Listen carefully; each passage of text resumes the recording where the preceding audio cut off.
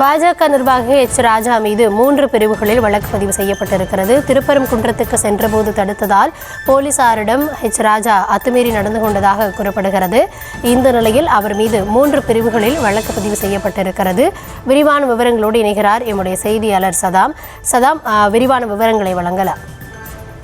நிச்சயமாக ஜோடுமி. சிவகங்கை மாவட்டம் திருப்பத்தூர் அருகே கும்மங்குடி பகுதியில் திருப்பரங்குன்றம் செல்ல இருந்த பாரதிய ஜனதா கட்சியின் முன்னாள் தேசிய தலைவர் ராஜாவை காவல்துறை துணை கண்காணிப்பாளர் செல்வகுமார் தலைமையில் போலீசார் கடந்த 4ஆம் தேதி தடுத்து நிறுத்தினர்.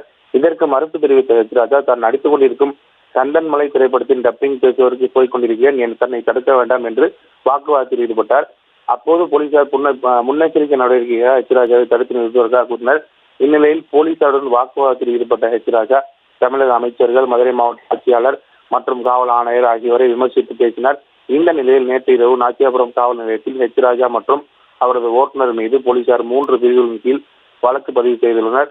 பொதுவழி பாதையை மறித்து பொதுமக்களுக்கு இடையூறு செய்தது, போக்குவரத்துக்கு இடையூறு செய்தல், போலீசாரை பதிவு செய்ய விடாமல் தடுத்தல், மதவாதத்தினை தூண்டுவது போல் பேசுதல் உள்ளிட்ட பிரிவுகளின் கீழ் ராஜா மீதும் மற்றும் அவரது ஓட்டுநர் மீதும் போலீசார் வழக்கு பதிவு செய்துள்ளனர்.